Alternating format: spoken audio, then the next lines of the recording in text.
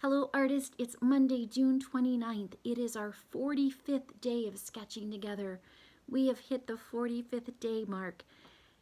I don't think we've hit the 45th day prompt because I think I threw in a couple of extras. So we are at our 45th day. That's amazing. That means with weekends, we were probably about, I don't know, 100 days into this, but 45, I'm sorry, not 100 days, more like 65 days or so into this whole process. So today being our 45th day, I wanted to bring back to you what I worked on Friday. I was working on Create a Forest, and so I just kept going with it. I originally started with 3 birch trees, and if you tuned in on Friday, you saw that I created my birch marks on the trees, the peeling birch, with newspaper clippings that I had torn.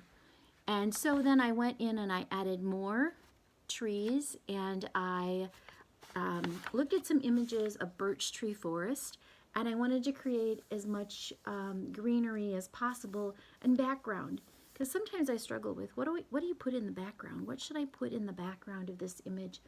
And so I really wanted to just fill it all with space and not have any negative space. And in the world of art, there's negative space and positive space. So positive space, you may know, positive space is the object itself, right? And then the negative space is the space between, or the space that doesn't have any, the void, that doesn't have anything in it.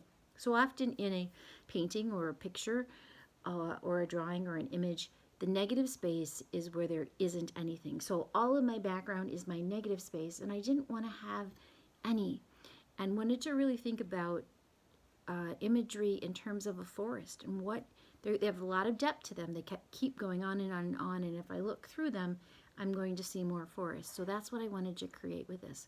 So I'm going to keep working on it and see how much more I can fill in all of that negative space, so that even up here in the treetops, that my forest continues on and I don't have any white negative space showing.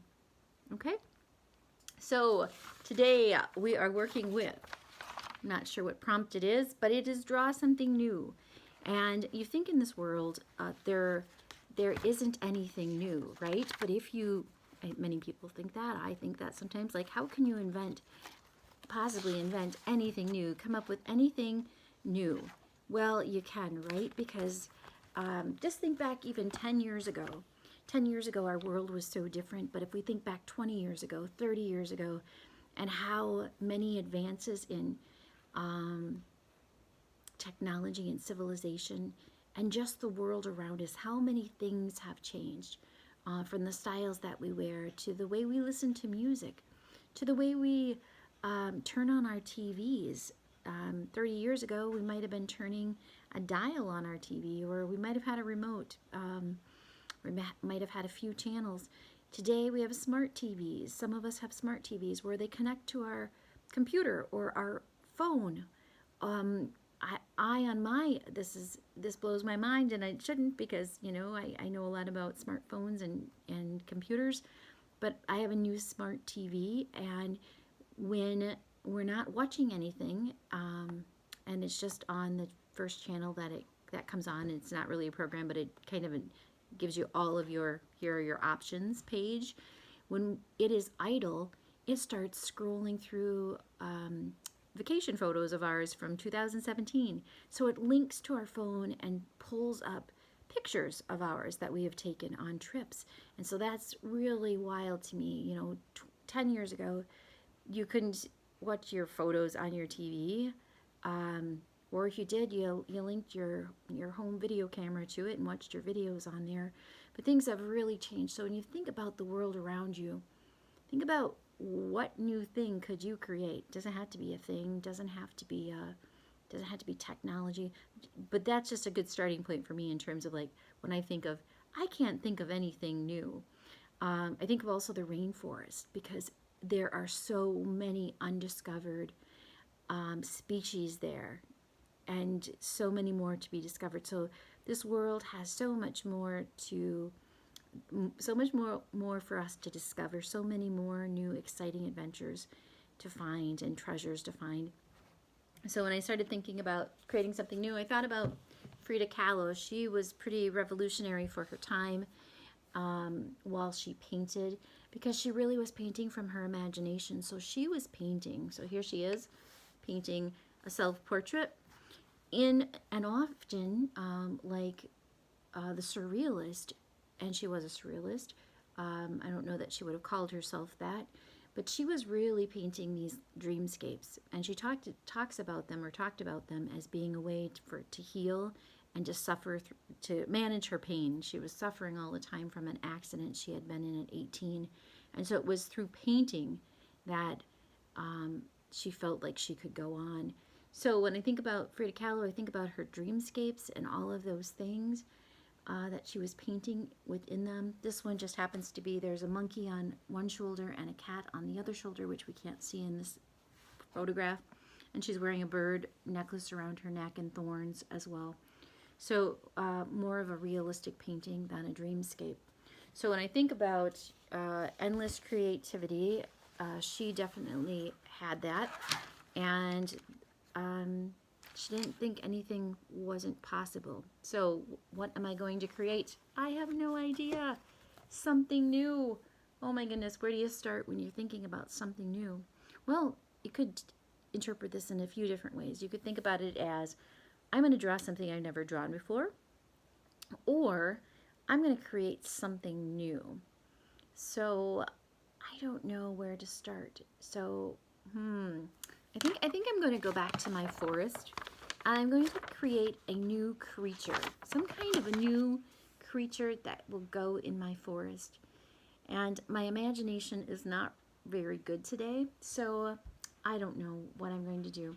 But I did watch earlier today with my family a short little video called The 10 Meanest Animals on Earth. And there were a lot of winged animals or creatures in that. So some were wasps and some were mammals. But I think I'm going to create something with wings. And I don't know, I've had dragonflies on my mind. I showed you dragonflies the other day that we've been working on. What am I going to do? So if you can see what I'm doing, that looks like it could be the body, but I'm really thinking about that being the face of this creature. Wow, I'm having a really tough time with my imagination today. It is not working really great. I am out of ideas in terms of creating something new. So I've got a creature started here that looks like maybe it's got a little elephant tusk here for a nose. Let me give it a little bit of a curly tongue. I've got some dragonfly-like wings. What to do now? I don't know. Let's do something different. I'm going to make its body go this way. Instead of like a dragonfly, the body would have gone this way. I'm going to make it here and see what happens. And I'm going to give it some legs down here.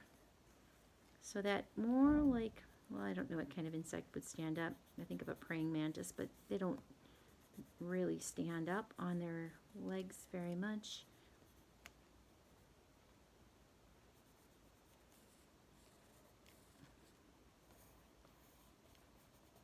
I wonder if you are creating something new, or if you are struggling like I am. Now I think I look at this and these look like ears, and it's reminding me of an elephant.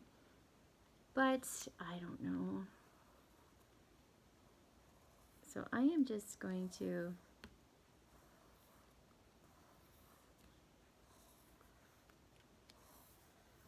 okay, so it's getting a little bit crazy and carried away.